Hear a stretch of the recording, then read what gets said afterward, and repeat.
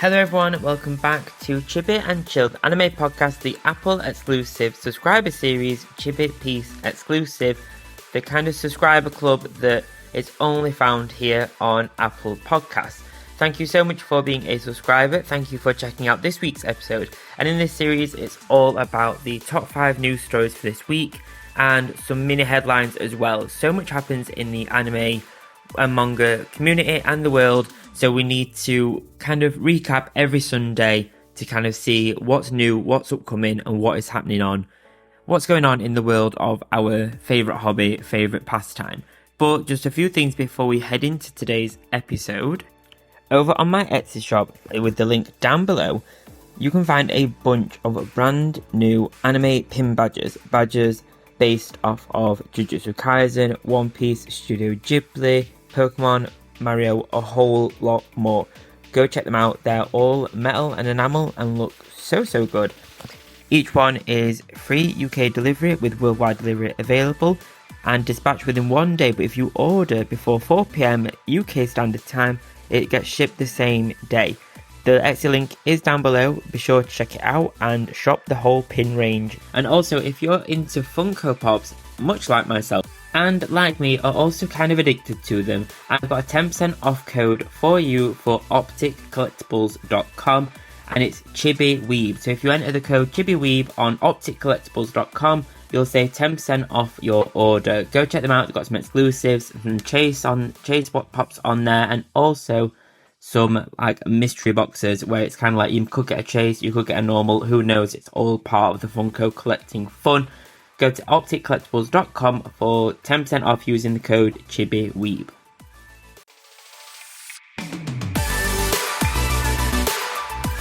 So this week's headlines are kind of really varied this week. So we've got Luffy at Macy's parade, we've got a new Attack on Titan chapter, that's quite a meaty one, we'll dive into that. There's a Manga Plus subscription service updates, there's Sailor Moon and Blackpink collaborations, and there's also some Manchester screenings of the new Studio Ghibli film. So quite a varied mix this week. Let's dive into it. Let's take a look at story number 1, which is all about today's headline is Luffy at Macy's Day Parade.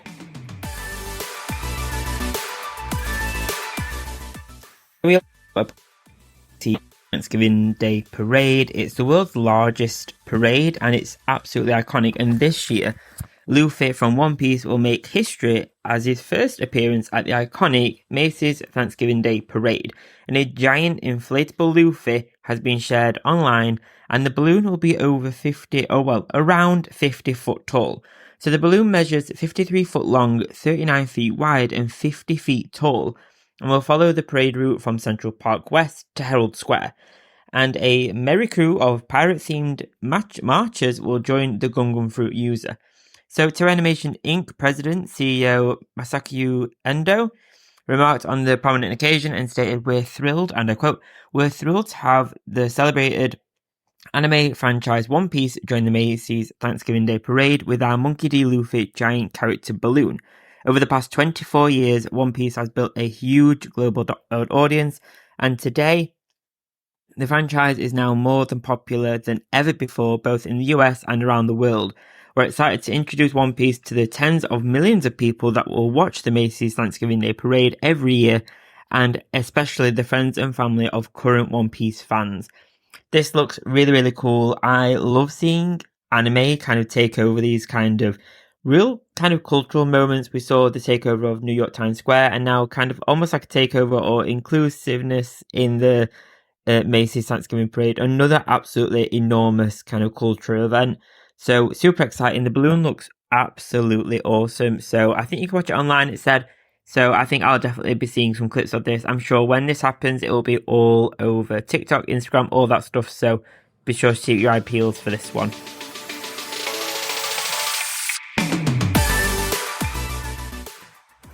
This is how a rude someone display new manga for Attack on Titan, and the Attack on Titan manga has ended. The story is kind of complete, and there's a new anime edition coming in November, but a new complete illustration art book is about to come next April, and inside will be 18 pages of new Attack on Titan story, and it's dubbed Volume 35. It's speculated that this will be a kind of sequel series to Attack on Titan, but there are also rumours that this could also be a deeper look into one of the stories of the characters. But it's also, the manga ending got a backlash, and many weren't happy with how the actual story ended, so many think that this new chapter that we're about to see in this new art book is actually an alternative ending for the manga. So everyone is kind of expecting that because it got such a backlash, that the Attack on Titan new chapter and the animation that we'll see in November will actually take a different route to the original manga and take this route that follows this new 18 pages of story, this new chapter. That'll be really interesting. I've not read all the Attack on Titan manga. I don't actually know what the ending originally is anyway, but I think that'll be interesting if they decided, or the author, I guess, I don't know who really makes those decisions when the franchise is this big, but whoever, they've kind of decided potentially to change the ending because of how controversial it kind of was. But interesting. I love the series. It's such an iconic series nowadays. It's like a modern classic now. So very interesting. I guess we'll only get to know next April what these 18 pages actually have. So very, very interesting. So keep your eyes out for this new art book.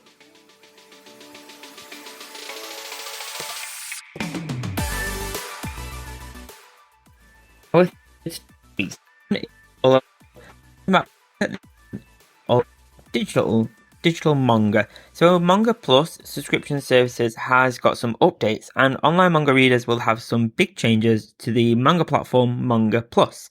So there's a new levels of subscriptions called Manga Plus Max, and Manga Plus Max introduces the new standard and deluxe subscription plans.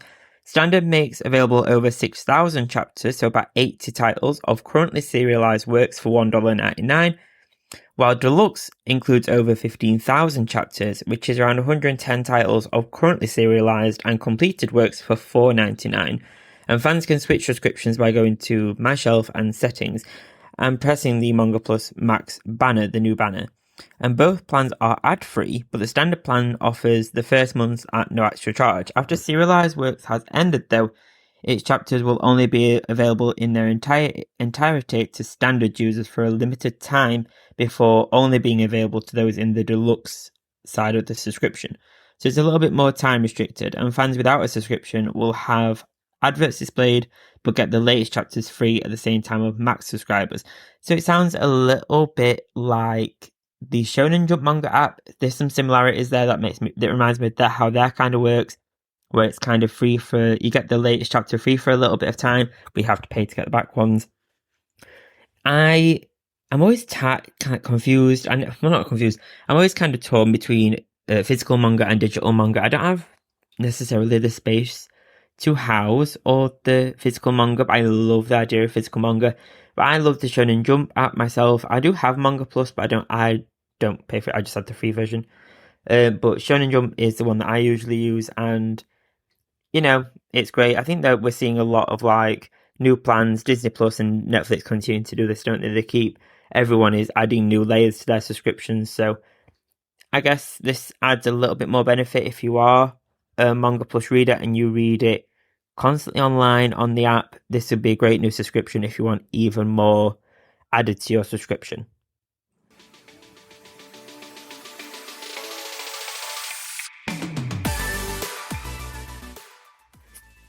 Is what's on collaborated with Blackpink, the girl group. So the creator of Sailor Moon has partnered with Blackpink star Jennie in specifically to create the artwork for her new single called You and Me, and it's a really very pretty piece of artwork.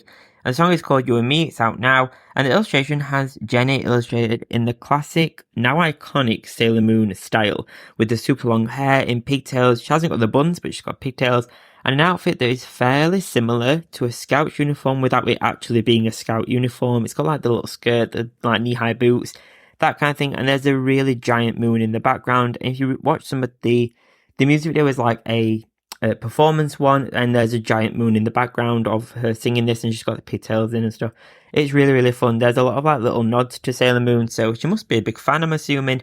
But really nice, really cute. Blackpink is becoming, and the stars themselves individually, are becoming really big, like cultural moments around pop and music in general over here in the West. So really, really great to see some kind of collaborations with anime, and especially such an iconic anime such as Sailor Moon, and seeing these more kind of micro collaborations with CD artwork, single artwork, that kind of stuff that people constantly see, and potentially even get introduced to Sailor Moon if they don't know who that franchise is already. So, and it's a very cool song. Do check it out. I created a reel the other day on my Instagram that used the song, so do check it out. It's really, really fun.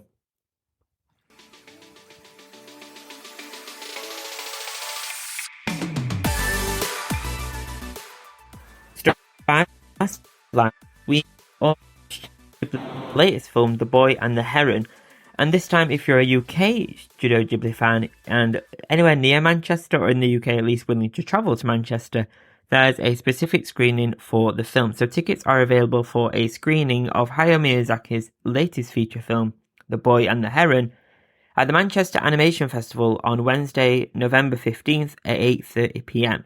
And the gala screening is part of the Manchester Animation Festival, but the venue is Manchester's home theatre, and the screening comes before The Boy and the Heron's general release in the UK cinemas, which is now confirmed to be on December 26th, so Boxing Day. And the film's story takes place during World War II, after Mahito loses his mother during the fire bombings of Tokyo. He and his father move to the countryside. There, Mahito's father gets remarried to his late mother's pregnant sister. As Mahito struggles with his situation, he encounters a talking heron and enters another world based on a promise that he can meet his mother again. So it sounds like a very emotional film. It sounds kind of classic Studio Ghibli. I imagine this, with the focus on war, the focus on some kind of mystical elements, the family kind of missing a parent for some sad reason. There's a lot of like emotional. That's only a very short blurb, but it's got a lot of emotion in there. You can kind of tell that it's going to be a very deep film, and it's Studio Ghibli. It's going to be gorgeous.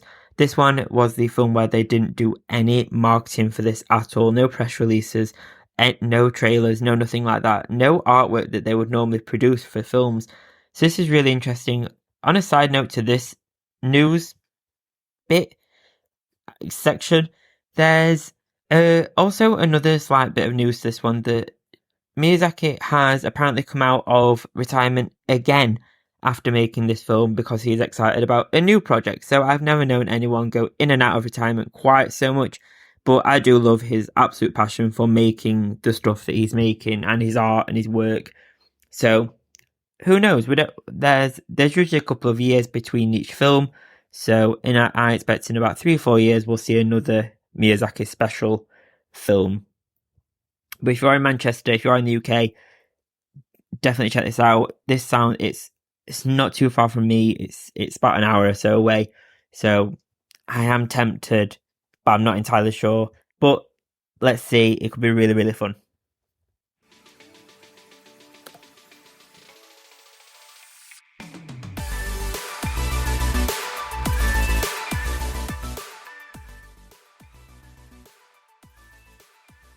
So our last little bit of catch up for the week. So we've got the mini headlines, and this week we've got about 4 or 5. So we've got a new My Hero Academia Season 7 poster, so very exciting to start to see Series 7 start to come through. The Blue Exorcist manga is actually on hiatus after the writer gets COVID, so we obviously hope he gets better soon. We've got Gojo being seen in a physics exam, so there's like a little manga panel and a question all about Gojo and his abilities. It was in another country, so I'm not entirely sure, but it's very cool to see it being used in a physics exam. Very interesting. And we've got Eren from Attack on Titan will apparently himself be interviewed. So very strange. I don't know if it'll be like an animation. I assume it's an animation, but very interesting kind of concept there. So can't wait to kind of see what that comes out. Maybe that's the 18-page chapter. Who knows? But interesting. A lot will happen, I think, in the coming weeks around Attack on Titan because it's so close to release now. So very exciting times, very cool.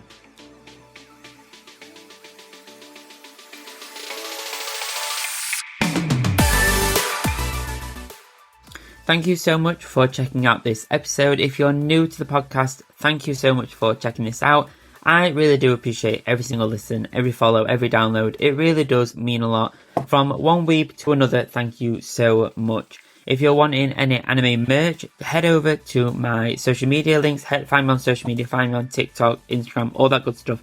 Down there and in the show notes, you'll find the link to my Etsy shop for all the anime pin goodness I mentioned earlier. Please do leave a rating and a review on the podcast platform that you're listening on this to. It really does support the show. It only takes a few seconds and it's free. I cannot ask. If I ask one thing of you, I'd ask that. Please do leave a rating and a review. Even if it's not great, please let me know. You know, it's even a bad one. Well, bad press is always... what's the saying? Any press is good press, I guess. Oh, that rhymed. Sometimes finding a birthday card or an occasion card can be a boring task. However, I have some anime-themed cards on my thoughtful.co.uk creator profile, which is found in my links on social media. Over on Thoughtful, you'll find a bunch of anime-themed cards, such as Studio Ghibli Happy Birthday cards and more, with my range being updated regularly. Each card is processed by thoughtful.co.uk, with shipping being fast, quick and efficient. You can shop my anime-themed cards over on my Instagram, with my links being over on there. Just search Chibi Weeb Anime and you'll find me. Thank you so much for listening. Thank you so much for checking out the podcast. It really does mean a lot. Please do leave a rating and a review down below. It really does support the show and it's free to do. I'll see you next time. I'll see you next Friday. Thanks, guys. Bye-bye.